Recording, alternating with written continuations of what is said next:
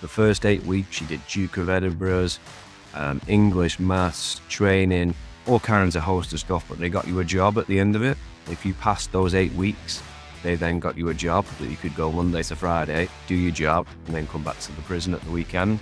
I was so passionate about proving other people wrong that no one was going to stop me. You can't understand why you're in trouble all the time. You can't understand why you can't understand what the teacher's trying to teach you. My attention span was terrible. Like literally within half an hour, I'd be swinging on my chair, falling off my chair, just because I couldn't get it.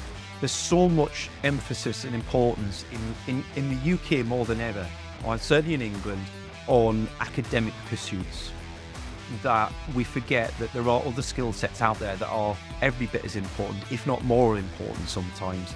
But it's being able to tell a story, communicate a story. And I've been really lucky. I've got both. I've got my personal journey, which I've learned over the last 10 years is quite powerful.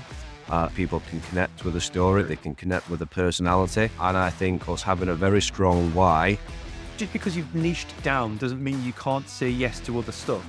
Yeah. You talk about you, talk about your philosophy, your personality, your beliefs, your opinions, your expertise and your passions.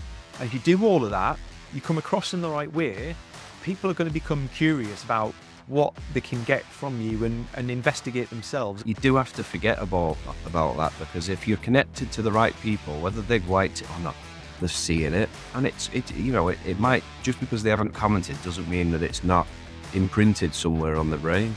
I remember the first time I pressed go on a live stream on LinkedIn, middle of the pandemic. I'd come out of retail.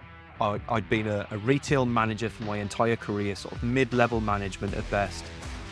And I had huge imposter syndrome, didn't really see what I could add to anyone.